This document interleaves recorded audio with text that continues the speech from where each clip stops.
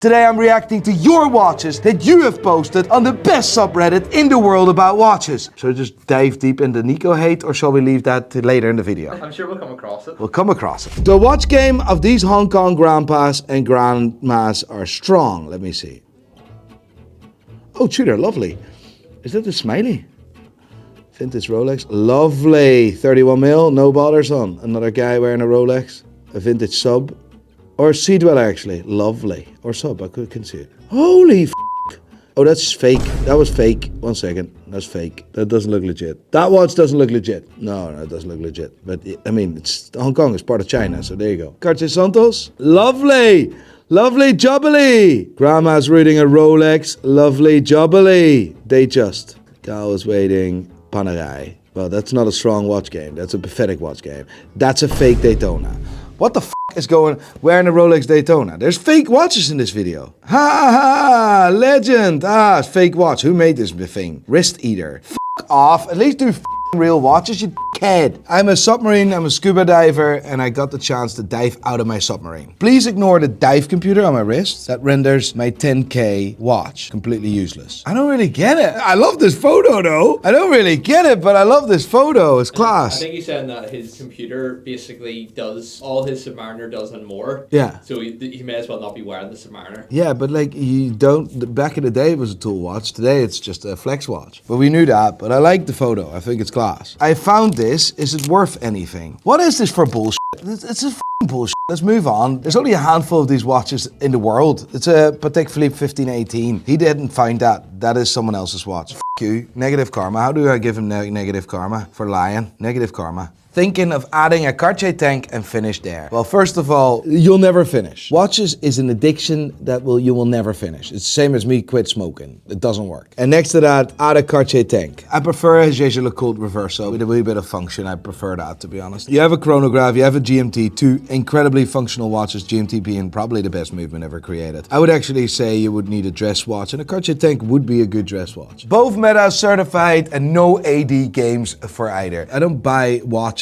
because they're certified, chronometer certified or Meta certified. I buy a watch that I would say, this is wow. It needs to be that 1 second wow. I look at it, I'm like, wow. I don't really look at certification. I look at certification only from a value point of view. So if it's value for money or if it's expensive, why is it so expensive? Sometimes you see watches and they're priced like ridiculously. And you're like, why is that? Then I'm looking for a reason. And it could be certification. To give you an idea, Metas and chronometer certifications are basically labels that certified the watch to be within a certain parameter of accuracy. And that is rare. And let me explain. Your cheap Casio watch is 1,000,000 times more accurate than your expensive Rolex. Your cheap battery-powered quartz Michael Kors is significantly more accurate than your expensive Rolex. Mechanical watches are not the most accurate watches in the world because we're talking about proper mechanics, and that needs to be regulated. There's certification for that regulation, and that shows that it's like really super accurate for a mechanical watch. But basically, any cheap quartz watch you buy is more accurate than a mechanical watch. What do you think though about having an Omega and a Tudor as your two watch collection? I think you're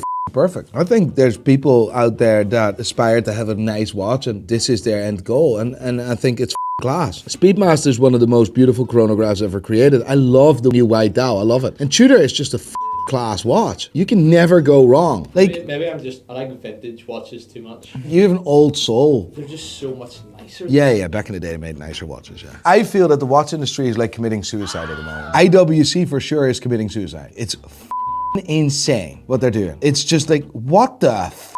Making a shitter watch and making it even more expensive? Are you okay? But this is genuinely perfect. You have a sports watch and you have a chronograph. What would your two watch collection be? Rolex GMT Pepsi for sure. Rolex Daytona Vintage 6265 1987. I would have said previously AP Royal Oak chronograph. But today I associate AP with LGBTQ. I don't know what the f*** is going on in that company, but like their marketing department is clearly led by women. Like no offense, no masculinity in that company. Any masculinity that AP had is gone. I don't believe that there's a single man working at the marketing department of AP. There's nothing wrong with that for a brand like Chopard or a brand like Cartier, but for the biggest masculine, most manly watch brand in the world, Audemars Piguet, yeah, that's a wee bit of a problem. That was the cool man's watch. So today I wouldn't choose an AP. I would You've already said that Daytona and the Pepsi, so are you going to swap one out? Yeah, then the Pepsi needs to go. No, for the sake of this video and the time scale that this takes to me to think, we're going to keep it back. We'll put it back in. Before we get into the next collection, I want to share with you the new drop by IFL Watches together with one of my favorite brands in the world, Man. This is the second collaboration between Man and IFL Watches. They're producing 300 of them. Every single dial is hand painted. Get yours now because these will sell out because the previous ones was sold out in a couple of hours or something. First link in the description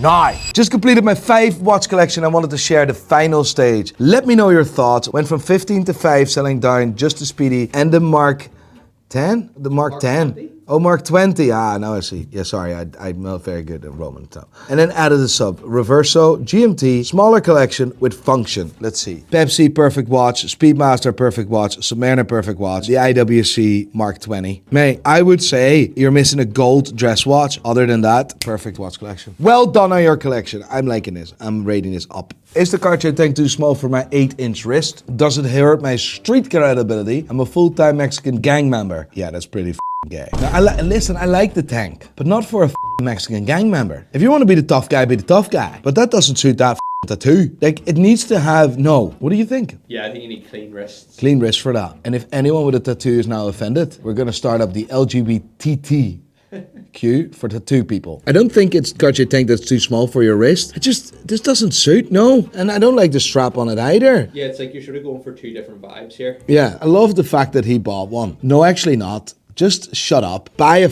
Cartier Santos. If I now have a Mexican cartel after me. Iced out Cartier Santos. That's it. One of those $5,000 jobbies. That's the one you need. Second post on him in Reddit Rolex, waiting for the ban. Power Funk. The last couple of days, this is really pissing me off. The last couple of days in our Reddit, I've been full-blown spammed with 100 threads about a guy that is a mod at the Rolex subreddit. The guy apparently also works for Roman Sharf, but the guy apparently went on a power trip and started banning everyone. Because, I don't know, because he disagreed. People say that because he disagreed with things. You're adults. You're all a bunch of adults that are acting like a bunch of children, including that Power Funk guy. This Reddit, my Reddit, is complete what do you call it? Unmoderated. Unmoderated. And I like to keep it that way. However, I recently, because of this, I had to ban a few people because I've asked them to respect my wishes, to not go and make 100 threads about this guy. There's 100 other threads where you can post about them and post photos and whatever. I don't care what you do, but I don't want to see my whole timeline with all sorts of this guy. The guy looks like a proper watch guy because this is the average watch enthusiast. I don't care. Don't spam my Reddit. Mr. Power Funk, stop being a pussy. Why are you banning people? Stop being a dickhead. And you that are constantly making threads, go yourself too. I've asked you not to do it, and when I do it, I'll ban you. So basically, I am now power. You're no better than him. Yeah, true. But I banned them for 5 days to just calm it down. Then they come back. But I appreciate everyone to be on the Reddit because it did grow the Reddit significantly. And next to that, I'm pretty sure I can get banned from the Rolex subreddit within 30 seconds. You know how? Hi. A big swastika.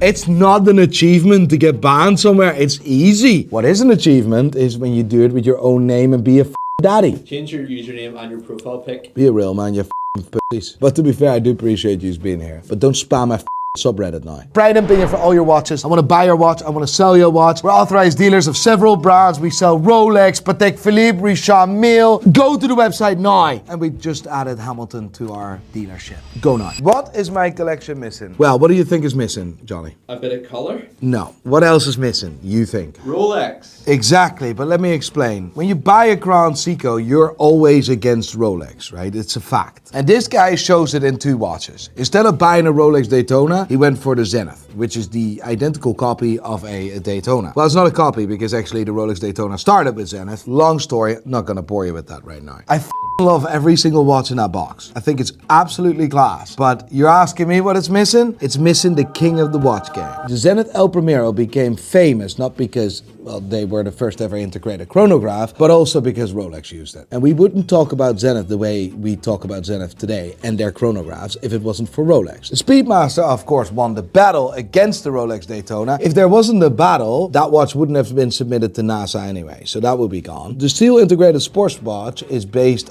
on the Rolex Submariner, meaning that wouldn't exist if it wasn't for the Submariner. The Seamaster is the direct competitor of the Submariner, meaning that if the Submariner didn't exist, the Seamaster would have never evolved the way it is today. Rolex is the company that made wristwatches luxury. You can hate it as much as you want, but you cannot deny the facts. Buy a Rolex, and if you really hate Rolex now today, buy an old vintage Rolex, a 1655. Perfect. I don't trust Nico anymore. Ulysse Nardin. No, Ulysse Nardin is dog shit. Should be gone. Because I said that Ulysse Nardin was dog shit. And you know what? I was absolutely right. Because that was when they were dog shit. Does that mean that they're dog shit every year? Ulysse Nardin. No, Ulysse Nardin is dog shit. Should be gone. I was quite harsh there. Like, the people that were running the company at the time were running UN in the grind. It's a completely different company today, and I'm very proud and very grateful that I have had a small impact on that. After this, I got in touch with the now managing director that was previously working for someone else within Ulysse Nardin, therefore got a promotion to run the company. Well, we've talked for 3 years straight, nearly every week, about how the future of the watch industry looks like and what I think. He's been kind enough to implement a lot of that, and I'm very proud of that. And yes, as a thank you, we got the sole and exclusive dealership of Ulysse Nardin in Ireland. But only the cool watches, because I don't want to talk dog shit. There's still a bit of dog shit there, like, you see what I mean? You can't get rid of that instantly. Also clarify, this is not just me. There's an incredible team of new people at UN that absolutely know what the they're doing, which weren't there previously. I just gave my input. That's all I did. Have I ever been paid for this is another question. What's the answer? I'm just... A new Lamborghini doesn't pay for itself. They've never paid me a penny. They have instead paid me in the form of the exclusive dealership of Ulysse Nardin at Pride and Pinion for the island of Ireland. And that was the deal.